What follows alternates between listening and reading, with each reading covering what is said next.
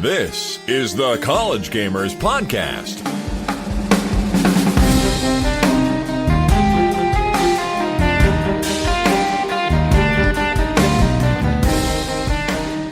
Geez, gotta dust off the dust from my microphone because it's been far too long since we got an episode out. Some of you people were probably wondering where we have been. Well, it's been a while. Finals week happens. It destroyed us morally. It was horrible. It was like World War III in a classroom. It was terrible.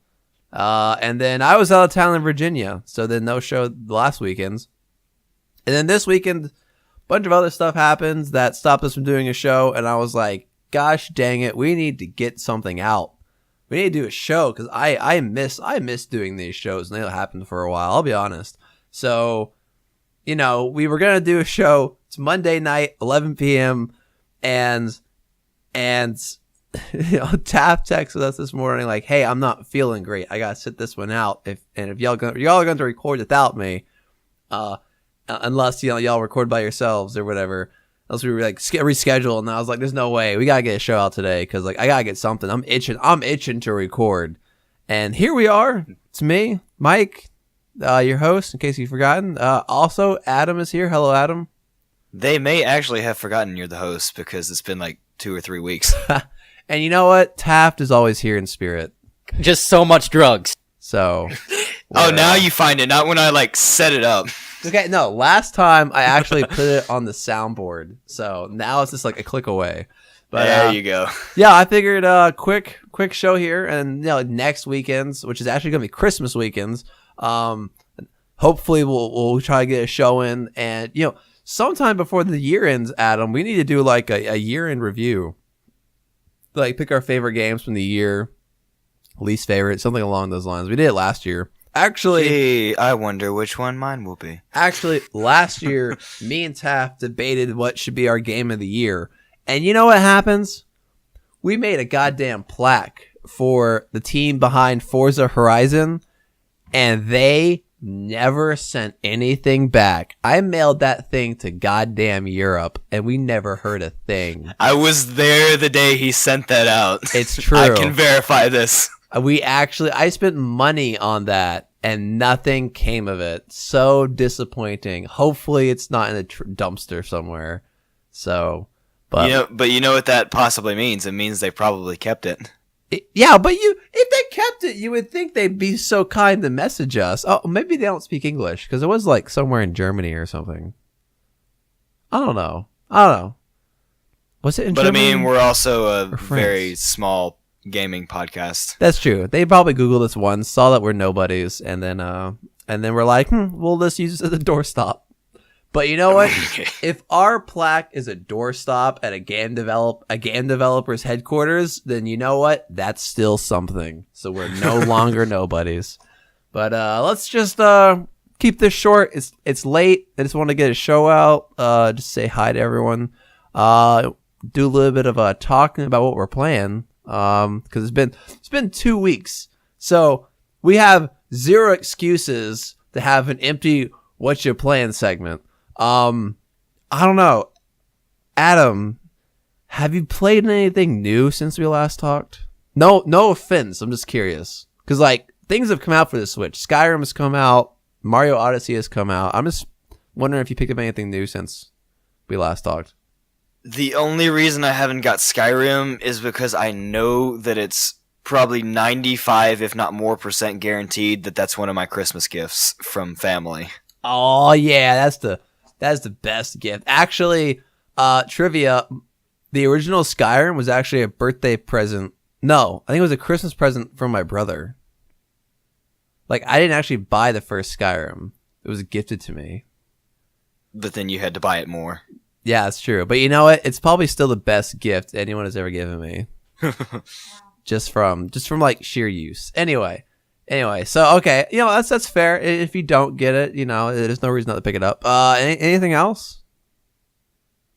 I was thinking about getting Odyssey, but Super Mario's just never really drawn me in for some reason. Oh man. See, I feel like you would like this one. Okay, I haven't played it personally, so I wouldn't know, but I feel like this Mario is basically the Breath of the Wild of the Mario series. It's changed so much, and like it looks like It's just a different kind of puzzle game, though. Like, you're doing nothing but looking for moons. Like, at least with like Zelda, especially Breath of the Wild, you're like going through the world trying to do stuff. Like, you're trying Breath of the Wild, you're trying to take down divine beasts and Ganon, Ocarina of Time, get the sages and get Ganon.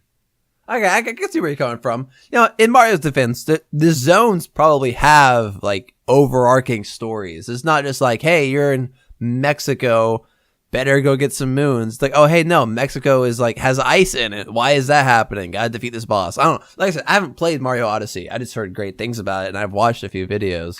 But yeah, I don't think you can go wrong with getting it. But I can understand if like there's other games you would rather play. Adam, I've been playing a weird game. Like That doesn't narrow it down. no, I've been playing a game like I thought I would never ever play, like ever. All right, and it's not a sports game. I am playing a hunting game. What? Yeah, What? it's like this genre of game I thought I'd never go into because I don't hunt in real life, and nor have I ever like really wanted to. But I picked up. I watched some video of a game called The Hunter Call of the Wild, and it's like $30 on Steam. It often goes on sale for like 20 or 15, and it is this absolutely gorgeous, and I mean gorgeous, hunting game where like the maps are huge, like it's absolutely ginormous, and you really just walk around the woods hunting like all sorts of deer and things, and there's like you unlock weapons, you know, you can hunt with like rifles, pistols. Oh, it's actually got. I'm looking up images. It's actually got decent graphics here. I thought it was like that arcade hunter. No, it's a lot better than the arcade games. It is gorgeous. It is drop dead beautiful. Like, Is there a T-Rex in there? no, there's not. Are you looking at the same game? Okay. Okay, I googled Hunter Call of the Wild, and like it's a bunch of images, like there's a bunch of deer and moose, and then all of a sudden I come across a guy with a scoped rifle, and there's a T-Rex with blood on his teeth. Wait, what the hell are you talking? All right, let me see. What? It's decently far down. It's like, Oh, okay. It's when you get really far down, maybe it's a mod. I don't know, but like the images you see in Google. yeah, it's the 18th row down. The 18th row. Okay, that's that's like super far down. But no, like a lot of these images, especially the ones if they have like binoculars or a rifle, that's in game. That's not like pre-rendered or anything. Like if you look at I found one. That's beautiful. yeah, if you look at like if you're looking at like Google Images and like the 8th one down, like that's a real image from the game. Like it's gorgeous, and like it runs extra well on NVIDIA machines because it uses some NVIDIA tech.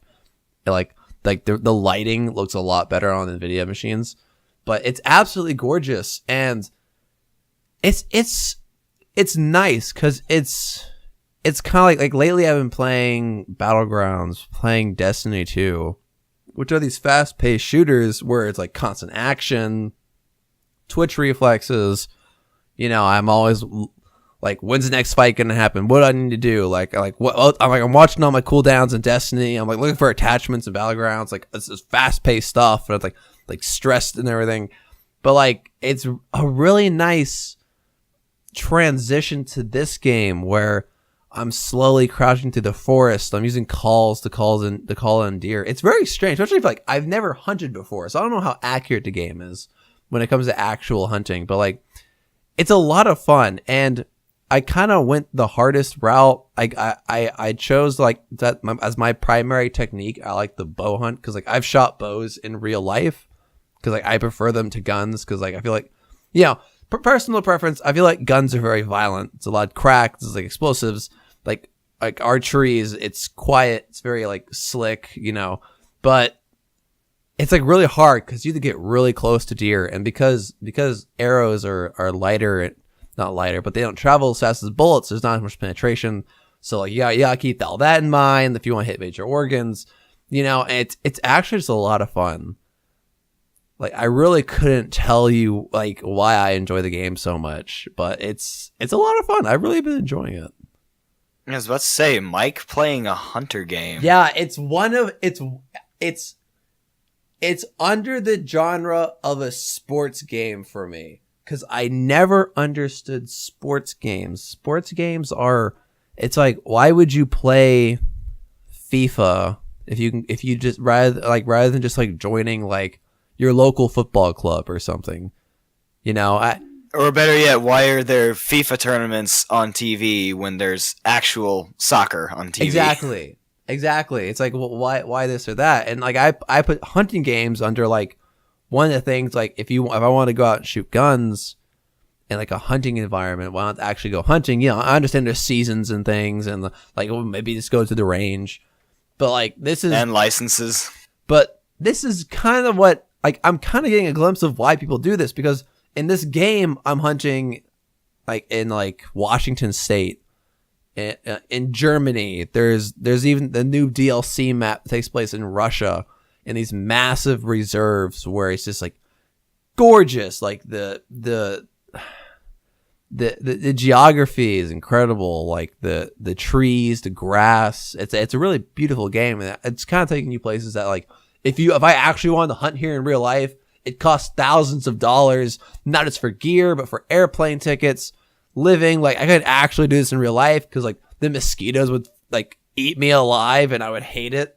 But in this game, it's so easy. I can do it from inside. But it's a really beautiful game. It has like a lot of these small things that like it takes you a while to notice. Like, one of my favorite parts about the game is there's a lot of tall grass, right? And in tall grass, what happens is when I walk, I leave a trail of suppressed grass. So there's a bunch of tall grass. There's this trail leading, and you can actually track deer and other animals by following the indentions in the grass they leave. And it'll take you there. And on top of that, like, the game puts down like these track marks that you use to like create like a dotted line towards the animal went. Follow blood trails if you hit it. Use poop to tell how long ago the animal's been there. It makes it really noob friendly. Like in real life, there's like, this would actually be really hard to like track these animals the way the game lets you. But like, no, I'd never be able to. Oh yeah, no, me neither. But like, it's a lot of fun. Like, some of the ballistics are kind of weird. Like the gun has way too much recoil. Like I've shot some guns in real life, and I'm like, the gun doesn't jump that much, These are hunting rifles, so I might be wrong, but it's a gorgeous game. The only thing I wish it had was like PvP, because these maps are massive, gorgeous. Like, the environment is just packed to the brim with underbrush and trees, and like these open places that are fields and lakes that I feel like would be such a fun PvP environment, because it's so dense. A hunting game where you hunt animals. Surprise! Let's kill people instead. Well, people are the most interesting of game. So, but it'd be such a fun PvP game just because of the environment. Because sound is also such an important part of the game. You can, like, how much sound you generate and how much sound like deers generate really help, especially because like with calls, like you can hear calls of animals, but like if they walk up close to you, you can hear them. So that'd be really cool if you're like stalking through the woods, it's dark, and you hear like a twig snap, like up the hill. You just gotta like freeze and be like, what was that? Was that an animal? Is that a person like coming for me? So that'd be fun. Downsides of there being a gigantic map, I'm talking like maybe 16 square kilometers or something. Like it, the base game, you can only walk. Ooh. So, and you walk slow. And if you run, you're not going to find any animals because they're going to be scared away before they get to you because you make so much noise when you run. So There's like Nope, couldn't do it. I've been spoiled by too many other fast-paced games. there's a $6 DLC for a ATV that makes traveling much easier. Me and my friend, we played like 3 hours and we were like, this is impossible, so we both got it. And I feel bad. I was like, I really shouldn't have gotten this. Like, I could walk this, and I spend a lot of my time walking anyway because I want to find stuff. But there's other DLCs like the new snow map. I feel like if I'm at like 25 hours in this game. I feel like if I put another 5 in, I could probably justify the snow map. And there's also a tent because like time changes, and depending on the time of day, you can get different animals because like hogs and I think foxes are more active at night. So if you want to hunt those, you need to hunt at night. But if you want to make time pass, you have to pay like I think 200 space points or whatever to stay in the cabin to stay to the time that you want. Or I can spend $6 on a DLC that gives me a tent where I can summon it anywhere, and I can like summon my ATV from anywhere. So yeah, it's okay, but it's a gorgeous game. It's fun if you want a slow paced shooter.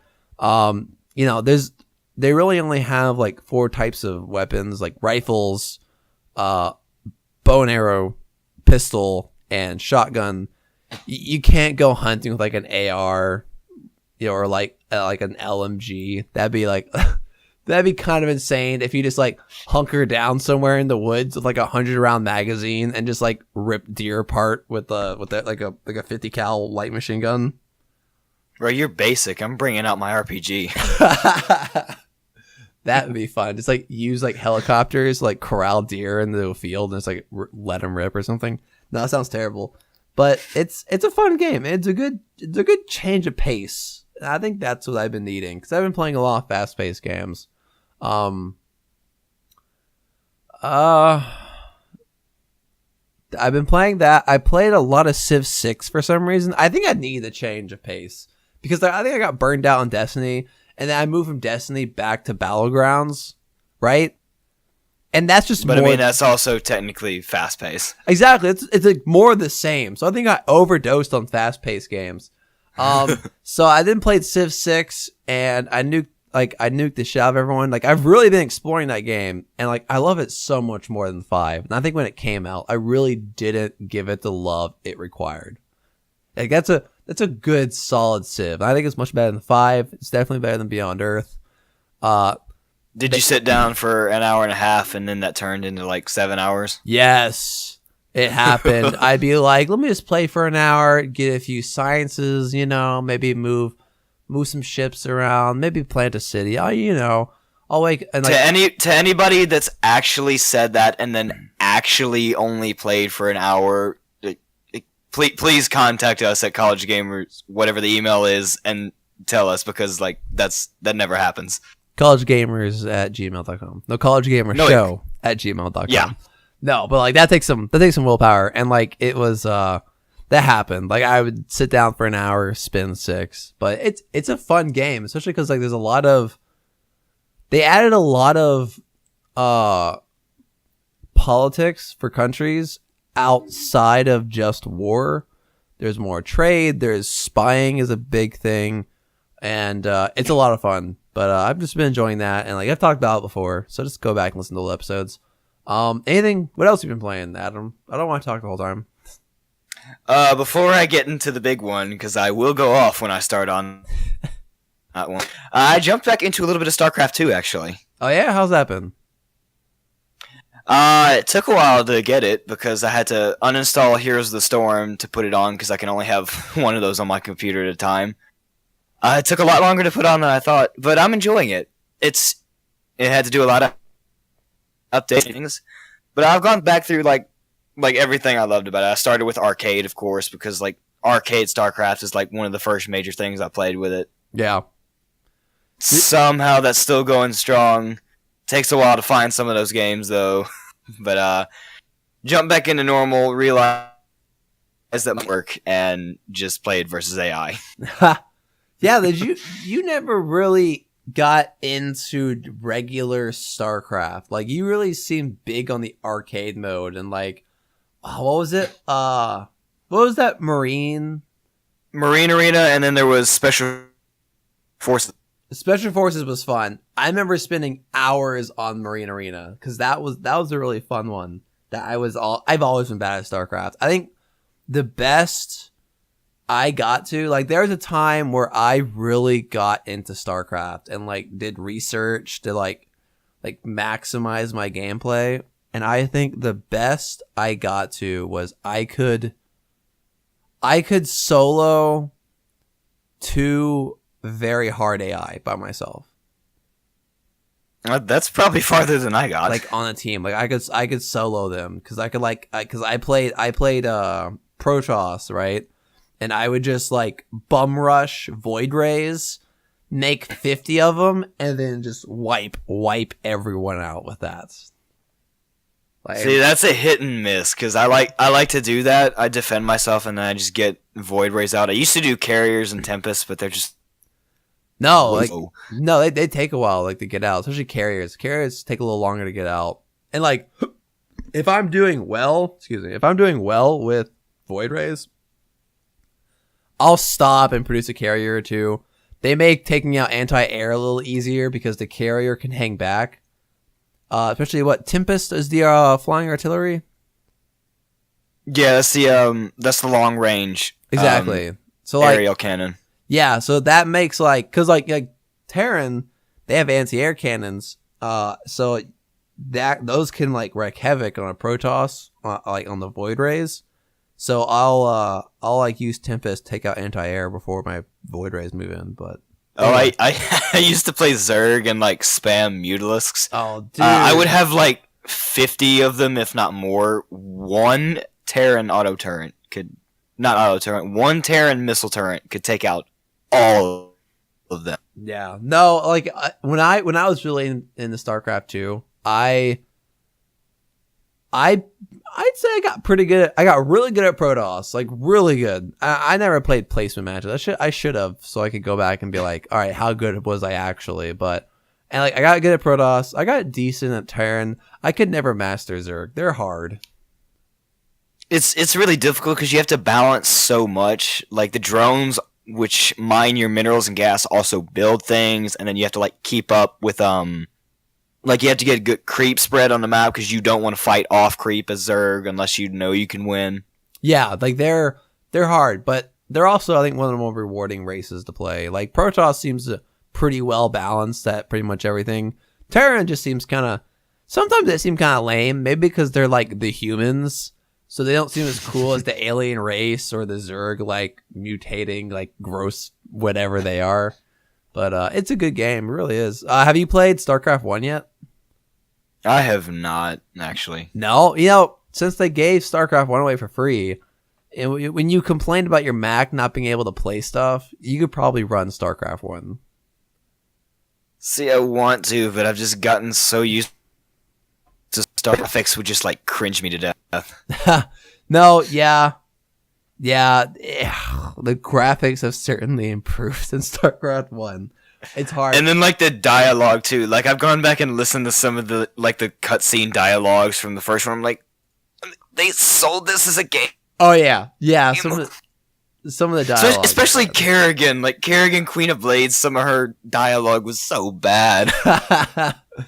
Yeah. It's been pretty bad, but yeah, StarCraft is still good. It's still good. I wish we got a Diablo 4. Diablo 4 would have been nice. Anyway, yeah, it's good. All right. Well, I will. I'll talk a little bit, and then you can I'll let you loose on whatever that last thing you've been playing, which I think I know what it is, but I don't know yet. So don't tell me. But it's definitely not like it's in the show notes or anything. Oh no, I haven't looked at show notes. I was like, it's gonna be a simple episode. I don't need show notes. What are show notes for?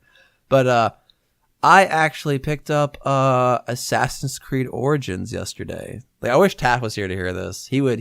Oh, that was the first thing that popped in my mind as soon as you said that. Where's Taft? Exactly. No, and I have. Let me pop Steam open. I have 5 hours in, so not Not a lot, but never mind. Taft would rip you a new one. hey, I got it yesterday at 5 hours. Yeah. Well, here's the thing.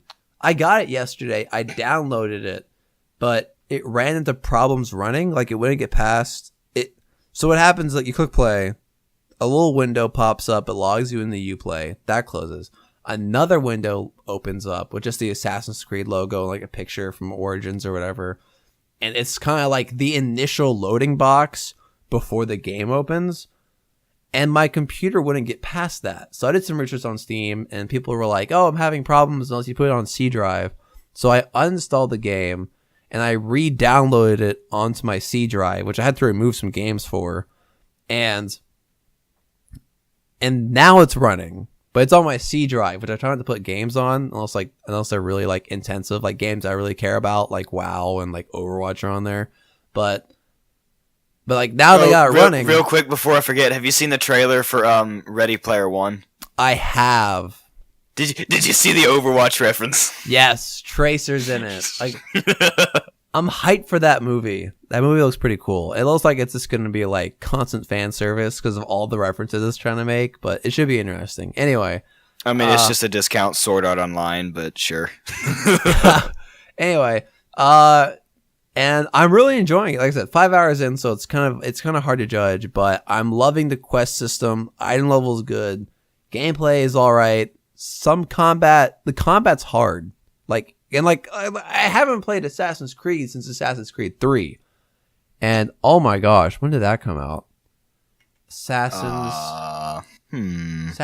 Creed 3, the release date. All right, Google, don't fail me. Come on. 2012. I haven't played Assassin's Creed in 5 years. Oh, wait, I can top you. All right. Ooh, I feel old. Last one I played was it, and that came out November 16th, 2010. Yeah. So it's been a while.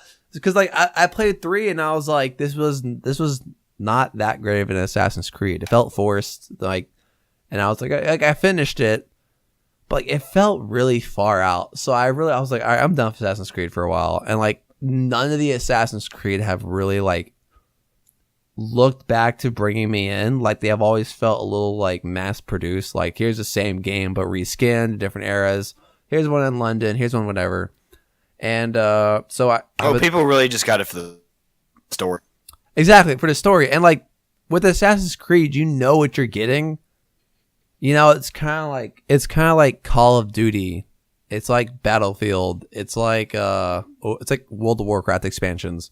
You know what you're getting. It's a little changed. It has improvements. It might be something that's not as good. You know, maybe it got some new items or something, new characters to fall in love with. But you're getting the same gameplay experience. Crawl up walls, run across buildings, whatever, assassination, wrist weapons, that kind of thing.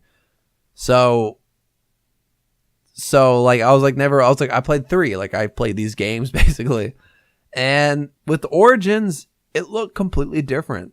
You know, I'm excited that they're going back. Like, the story is really compelling. The fact that they're going back to the beginning of the Brotherhood. I like that they, like, this quest thing, it's new to me, and I'm really liking it. I'm pretty sure it's new to Origins, and I might be wrong with that, but I love how there's quests and these side quests. I'm helping people. I'm leveling up. You're getting gear, and there's a whole talent tree to, like, my play style, how I want to play the game. That's really awesome. That's completely brand new to Origins, and that I know of, and I'm loving it. And so, like, there's nothing. The only downside I have with this game is that I wish my hardware was a little more up to date, so that it looked gorgeous. You know, because like I feel like this game could look absolutely beautiful. I've seen screenshots. I know it's capable of doing it, but with this game, my graphics card's starting to show its age. All right, I run it at high graphics and I get 30 frames. So no, I mean, like, I'm a PC gamer. I expect the best. Like, I feel like if you know, like, everyone has an expensive hobby. Some people buy guns, some people buy cars. like I want PC parts. Like if my game doesn't run max frames, like max graphics at like 144 frames or something, then I feel like my computer's out of date. So I'm high maintenance when it comes to PC, and I'm okay with that. With everything else in life, give me a shitty phone, give me, shitty hardware for like my Linux server. I don't care, but I just want the very best for my computer. so like when I can't run 60 frames at ultra, I'm like, ooh, graphic card's getting a little old. Better spend like $50,000. No, 50,000, but like it's a gorgeous game. I just wish I ran it a little smoother, Oh, my computer would murder you then. I have to run low graphics on any game just to play it. Max. No, like my laptop's like that too. My laptop, actually, fun thing, Cammy was having a party yesterday. Like all of her lady friends were over, and I brought my friend Roman over because I needed backup. And I look at Roman, and I'm like, Roman, on Steam, Lego Star Wars: The Complete Saga is on sale right now for $7. And he was like, you should get that, and we should play. So we literally we were playing, I think like Cyanide and Happiness card game, which is basically like it's Cards Against Humanity, but with Cyanide and Happiness. We just kind of like put our cards down and left the room, installed it, and just started playing like Lego Star Wars, and it was amazing. Like Lego Star Wars is an amazing game. It's the Star Wars experience. The levels are fun and full of Easter eggs and fun things to explore.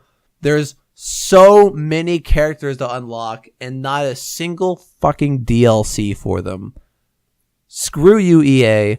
Anyway, it's a great game. And like my PC struggles to play that sometimes. Like Lego Star Wars?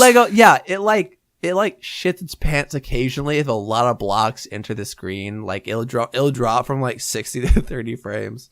It's bad. And it's like it's integrated Intel graphics. So like I know what bad graphics is, and like I'll play it like indie games, like I'll play them just because like they're indie games. Like they're like they don't really need hard like really good hardware to play them. But I mean like Lego. It's true. Legos are blocks. You'd think they'd be easier to render. But like with games like what Assassin's bugs me Creed, about the Complete Saga game now is it's not the Complete Saga now because Rogue One's out, episodes 7 and 8 are out. That's true, but you know what? I like it. If they made a new Lego Star Wars like the complete saga, then they would have to. They might have to wait a while because. Oh yeah. Is episode 9, but they might have just confirmed another trilogy after to go to episode 12. God damn. I'm going to be like 60 by the time these movies are done.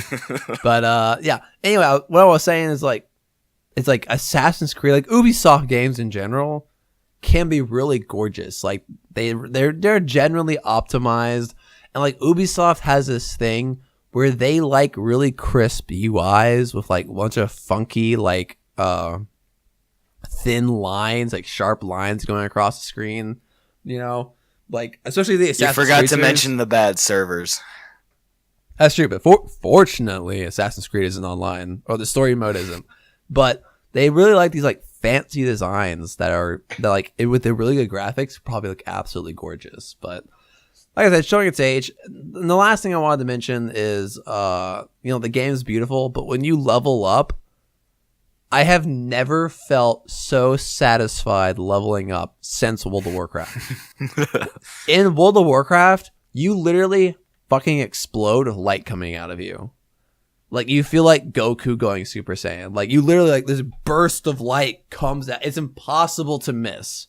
Like, I notice if I'm playing my ult in, like, a group of, like, 20 people, if someone levels up, everyone sees it. It's impossible to miss. And it's so satisfying to happen. And in Assassin's Creed Origins, they've nailed that. They have absolutely nailed that. You explode with fucking light coming out of you. And like even your clothes like kind of like explode around, like this pressure wave comes out from under you. And like the dust clears out from under your feet. And it is the most, scratch that, the second most satisfying leveling up experience I have ever had in a video game. And I love it. It didn't even take it. Like the first time I leveled up, I was like, "This is amazing." Where does Destiny rate then? Destiny is kind of like it shows some funky light on your screen, and that's about it. And like maybe it'll show like level 7 and like a cool bar across the screen. Like it's not satisfying at all. Like I need photons to like ejaculate all over me. It's really clip that out. I don't care. It's a really satisfying way to do it. See, Taft now has so much drugs, and now you've got photons and that. Yeah, it's a really satisfying way to level up, and it's, first time I saw it, I just fell in love. But anyway, all right. So what else have you been playing this week? Are you gonna cut me loose? Go ahead. I'm just gonna put the headphones down, walk away, use the bathroom, come back, check on you, maybe go make dinner. Who knows? But then we can't have a witty back and forth. All right, fine. I'll stay. You talked me into it. All right. All right. So said game I'm talking about is The Legend of Zelda: Breath of the Wild. Breath of the Wild. You better hope that Breath of the Wild brushes teeth, or Breath of the Wild's gonna stink a bunch. Ha. Sorry. All right, so I forget they added a title drop in it. It was so great. Do you know the bird Cass in the game, or the Rito? I don't. So he's this traveling musician, and he's a big part in the next part, and he starts singing this song, and at the end of the song, he's like, "Breathe in the breath of the wild." I'm like, Nintendo, you finally did it. I love it when things do like those title drop roll credits moments. It's so great. Nice. All right. So here's the really big news. So at the Game of the Year awards, or the Game Awards, whatever they were, on December 7th, Nintendo had its turn to make its presentation. And I kept losing my mind at every second, because every second they took it further. So first off, it was, oh hey, your Champion's Ballad, and you get like actual in-game footage for this. Oh hey, you get the Phantom Ganon armor. Phantom Ganon was one of my favorite bosses from Ocarina of Time. Oh hey, Link gets a goddamn motorcycle. What? And then they top it all off by pulling a Fallout 4 on us and saying, oh yeah, the Christmas or New Year's release date that we were playing around with, screw that, you get this tonight. Oh, is that what all that was about? Yeah, when I was blowing up the Discord, that was because not only, like, that was the brand new trailer of it, we didn't hear anything for months, and then they're like, oh, surprise, you can play this now. That's awesome. Yeah. Let's see here. Where do I want to begin? There's so much I want to discuss. All right, motorcycle. Is it really cool? It's a hit and a miss. It is amazing. It's thoroughly enjoyable. Let me just see. I saw an image of it, but I really thought it was a mod. It's basically like a better horse, sort of. All right. Because the DLC did. Oh shit! Yeah, it's not a DLC, but yes, it is. The DLC did add in new horse gear, one of which lets you teleport your horse to you if it's not in the stable. Dude, this motorcycle looks dank. I'm just gonna be honest. So no spoilers with all this, but so don't worry about spoilers. The motorcycle isn't really a spoiler unless you care like what the motorcycle is really. It's like a rune, so it's like your magnesis or stasis or stuff like that when you get it. So you can summon it to you whenever you want. It's like summoning an amiibo. And it's a little bit faster than a horse, and it can go some places horses can't. Like I've mountains with this thing as long as they're not like 90-degree slopes. Mm-hmm. And the disappointing thing though is it needs to be refueled. It's not hard to refuel it, but it does need to be refueled every now and then. No, it's not like instantaneous, like you ride on Hyrule Field and needs to be refueled. No, it takes a good bit, but it doesn't take it's not instantly defueled, but it's not like extremely long either. Okay, but like, do you need to run to a gas station, like get off and like up? Gotta go to the cashier for my receipt now. See, that was the initial trouble for me because I had no idea how to refuel it. It's like, oh, Master Cycle's out of fuel. I'm like, oh, this needs fuel. How do I refuel it? So I had to look it up, and it's like cooking stuff. If you hold items above it, it'll open up and refuel it, and it will just fuel. Like you can drop like apples in it, and it'll take it. But cool. Ancient stuff refuels it faster. Interesting. And I'd recommend. I actually tested this 5 ancient things. Well, I tested gears and screws because those are like the common ones. Yeah. 10. 10 will get it from 0 fuel to maximum fuel. So I would recommend using the ancient screws because those are like the most common from Guardians. Nice. Well, and as far as the lure of it goes, it's still cool, but it's disappointing for what they describe it to be. Yeah. Because both in the don't worry, this isn't really a spoiler, I guess. But in the description that series producer Eiji Aonuma gave at the awards and in like the lure in the game, they describe it as Link's divine beast because like he's also a champion of Hyrule like the other 4, but he's the only champion without a divine beast. And I'm thinking, oh my god, does Link get a giant mech as well that can shoot a giant laser at Ganon? No, it's just a motorcycle. Which, I mean, it's still really cool, but when you say Link gets his own divine beast, we already know what the divine beasts are. They're giant robots that can shoot giant lasers. Yeah. And then you give us... Like, I realize they can't give Link that for just to, like, roam around the world. But it would... I don't know. We got that prank. It wasn't it like an April Fool's prank where I remember that. Yeah, we could ride a Guardian or something and like shoot it. Like yeah, for those of you who don't remember, I think it was GameSpot or IGN or one of them. They edited a video to make it look like this was a real thing in the game, where you could like make a key, hack a Guardian, and pilot it, and you could like ride around it and shoot its laser at will. Yeah, let's be honest. Like that would have been really cool, but you know, I guess this is also awesome. You should probably check the business Discord because I posted the picture that I want your live reaction for. But that sounds really cool. But is it faster than a horse?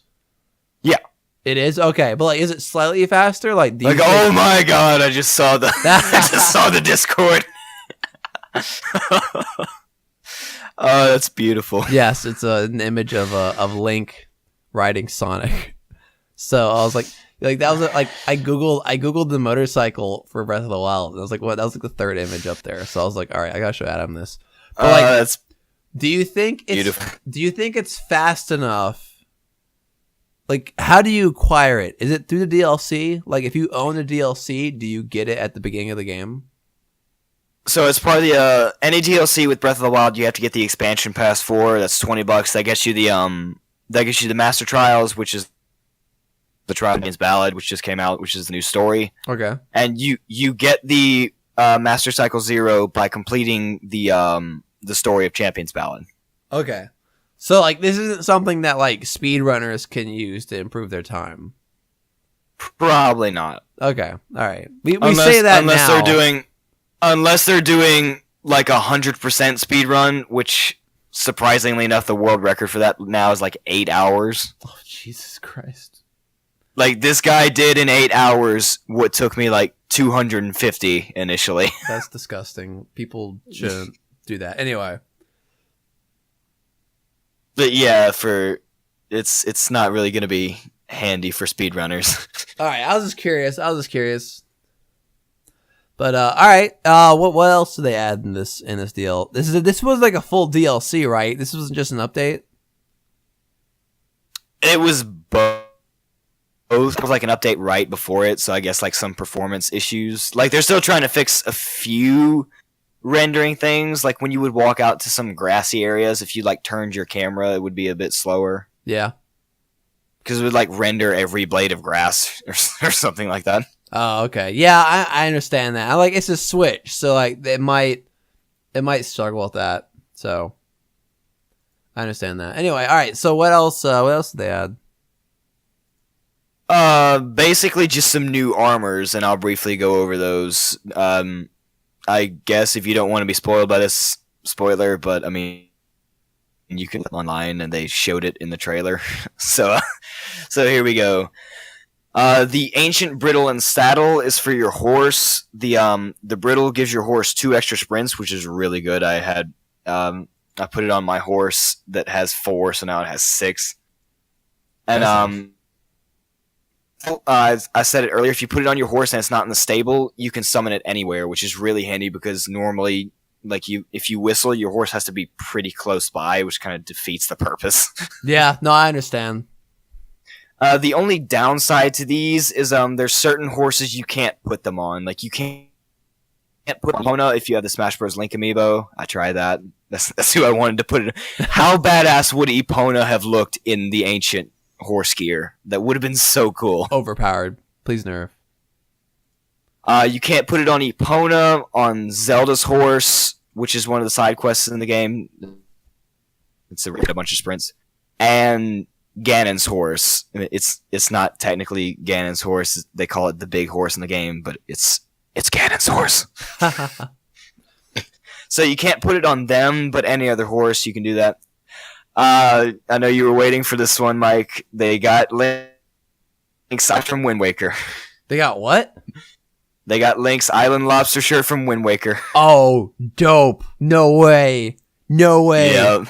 Breath of the Wild. Now, granted, these are all just collectible items that you can't upgrade. Dang. So, for instance, the Wind Waker shirt does give you level 1 heat resistance, but that's it. Dank. What's next here? Ravio's hood, or Ravio, whatever, potato. Ravio. Yeah, I can see Ravio. The other thing about that saying is I've never heard anybody say potato or tomato. No. Yeah, it's just for weird people. But anyway, Ravio's hood. It's the hood of the merchant Ravio from A Link Between Worlds. I've actually found the effect of this interesting. It increases your sideways climbing speed. So when you're going sideways, this makes you go faster. Is that even helpful? I think like there is climbing gear in Breath of the Wild, like a full set, but I don't know if it like affects your sideways climbing. I have no idea. I never played. I don't know what the reference is here. That's really strange, but all right, I'll take it. I mean, basically just another collectible. Yeah. But let's see what's next. Xant's helmet. This is the it makes you look like King Xant's head from Twilight Princess, and the bonus is you. Let's see the Royal Guard armor. So this is the cap, uniform, and boots. It makes you look like one of the Royal Guards in Breath of the Wild, which you never actually really see until one of the cutscenes in the DLC. So it does give a set bonus of charge attack, stamina up, which consumes the spin attack, so that's actually pretty handy. And then the my personal favorite, the Phantom Ganon armor, the skull armor and greaves. It makes you look like Phantom Ganon from Ocarina of Time. Let me see an image of Phantom armor. Phantom Ganon armor. Phantom. Because there is the last DLC made you look like the Phantom from which Zelda was that? I want to say Phantom Hourglass. Dude, you look hot. I'll be honest. Like that, those abs are ripped. His abs are ripped. I'm just gonna throw that out there. No, that's awesome. And like, are any of these like none of them replace the best gear in the game, right? No, they basically do the same thing as some of the other ones, except they can't be upgraded. Like the Phantom Ganon armor gives you disguises you against the bone enemies. So if you come across like a Stalk Goblin or something, they won't attack you. And then it gives you bone attack up. So if you're holding like a Stalk Goblin arm, you can do more damage with it. It's, Oh, that's nice. I guess. I don't know. It's useless because you have the Master Sword. But yeah, all of these are, again, they're basically just collectibles because you can't upgrade them with the exception of the Divine Beast helms from the Champion Amiibos. But again, there's already gear in game that you can upgrade that does this better. Okay. Like Link's Wind Waker shirt. Like it's cool. It's a cool collectible nod to Wind Waker, but although it does give heat resistance, it's only level 1 heat resistance. So you need if you need level 2 heat resistance in the Gerudo Desert, that's not going to cut it. No, that makes sense. All right, I'm glad that it seems mostly cosmetic. Like, I don't want you to get a DLC and then have like the best armor in the game or something. Well, I mean, this is also single player and That's not true. online. That's true. All right. You know what? Yeah, that makes a lot more sense. But now it would change the game for like this game is heavy in speed running, like stuff that helps you too much in speed running. Like a bunch, like that's why the amiibo category is like separate from normal speed running in this game, because normal speed run you have to like train your own horse and then like climb Hyrule Castle yourself. Amiibo, you can scan Smash Bros. Link and get Epona immediately, and then scan the Guardian and get a box and Loxel immediately. yeah, Which saves like so much time. yeah, I got that. But the speedrunners, I guess they pay extra for it or something. But yeah, well, that's cool. I mean, I have both of those amiibos. they're like $12 a piece, if that. Are they super convenient to have? As far as in the game, like I don't speedrun, so the Guardian one's not as much for me. It can drop a giant ancient core, which I do need more of those for the Divine Beast helms, but it doesn't really do that. Adam, have you ever? And then like again, it's just cosmetics because like Smash Bros. Link does give you Epona, but then all he gives you is the Twilight Princess set, and that's just cosmetic. Yeah. Have you Or ever tried collectible, rather. speedrunning, Adam? No. You should try that. Like, I really want to know what your best time is. There's so many technical things though, like how you turn matters in speedrunning. Yeah, but like, you should just try it, like to the best of your ability. See how fast you can beat the game. I was thinking briefly of doing like a quote-unquote speedrun of Ocarina of Time 3DS. Like, it'd be more like a walkthrough, but I could like live stream it over the Discord. Oh yeah, 3DS Ocarina of Time. you could do it like over Twitch or something. Yeah, that'd be easy to do. I don't know if Discord supports live streaming, but you could definitely do something like over Twitch or something. That'd be really fun. I don't know. I really want to know, because you put so many hours into this game. I really want to know how fast you can beat it, because I'm sure you're skilled. Like I'm sure that you've done challenges and things, so I'm sure you have the ability to speedrun it. And like you might struggle with Ganon just because like he has all the Divine Beasts up, but I really want to know how fast you could do it in. But he's actually among speedrunners. That's actually one of the easier. Like it's like early game that's tough in speedrunning. yeah, no, I understand that. But yeah, all right. Well, anything else you want to mention? It's late, and somehow we've almost done an hour. I don't know how. I will say the only thing that disappointed me, but I kind of expected from this DLC, is first of all, I got it wrong. It's not it sort of takes place modern day, but it's like mainly flashbacks to the past. Oh yeah, But there's no post Ganon. Like this Lame. changes nothing of the state. It just like makes you. I won't say exactly what it does for spoiler purposes, but basically nothing changes as far as end game. Like the only thing you have to have done to do this is obviously buy the expansion pass, but complete the Divine Beast, and other than that, it changes nothing of the game except a few other things. that stinks. Because like I feel like that's an obvious DLC content. Like I don't know, possibility right there, but maybe one I day. get why they can't do post Ganon, because like first of all, most if not all of the monsters would be gone, because like in the lore of the game, all showing up like signaling Ganon's return and then his eventual presence, and then like the Guardians are taken over by him, so you take out Ganon, there's no Guardians, And then that would also take away the blood moon mechanic, which that basically resets everything. That respawns every enemy, which helps if you need to like upgrade stuff with enemy parts. Yeah. And like post Ganon would take all that away. So I get why they can't do that, but it's still a little bit disappointing because like I want to see like what happens after. Like Zelda's not even an NPC you can interact with, and she's in the title of the game. Yeah, and like I don't like ignore all of those. Give me like that capital city. Like let me explore it without worrying about Ganon and stuff. You know, like you don't need to explain it. Just like give me a little bit of closure or something. I don't know. It doesn't matter. But anything else you want to call the show? I think that's basically it. My overall surprise and amazement that they said you can play this tonight after like months of nothing to trailer to screw the other release date. You get it now. That's awesome. I'm so glad that happened. I love when that kind of stuff happens, like in any game ever. It's so much fun. It's so great for the fans and for the company. But yeah, have you beaten? I don't know. Is there like DLC content to beat? What do you mean? Like the DLC, like it came with like a story or some sort of campaign, right? Yeah, DLC Pack 2 came with the memories stuff like that, and stuff. new stuff to do. Yeah, have you finished it all? In both normal and master mode. Of course. I shouldn't have expected anything less from you, Adam. And brief warning to people who are playing the game and want to complete the Hyrule Compendium, the DLC Pack 2 adds 4 Hyrule Compendium.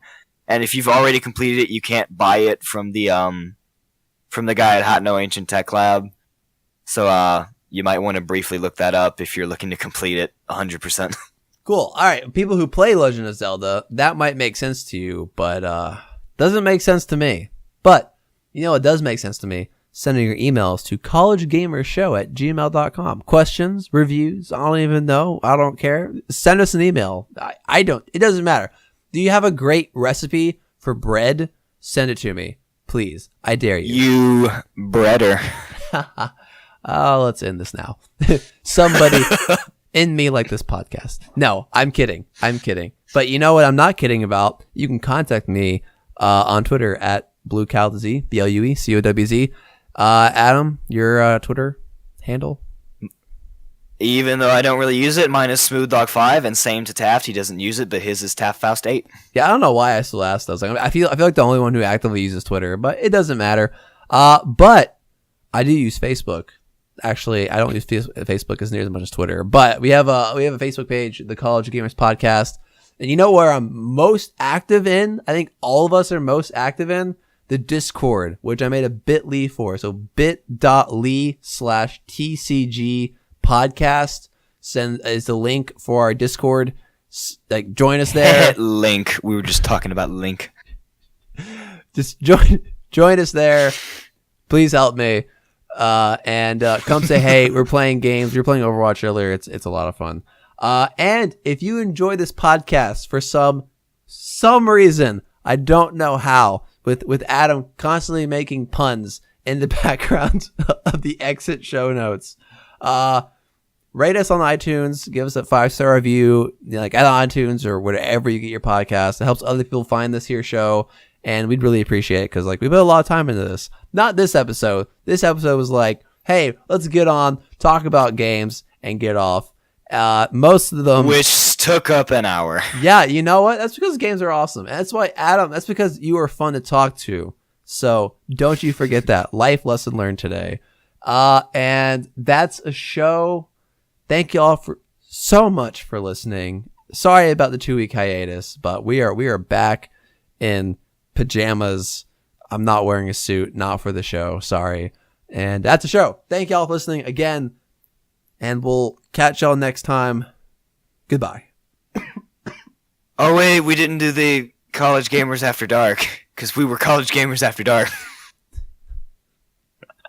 I don't know what to say to that, because it's far too late. I don't have any jazz. I'll just say, this has been College Gamers After Dark. This has been a Blue Cow Radio production. Find more at bluecowradio.com.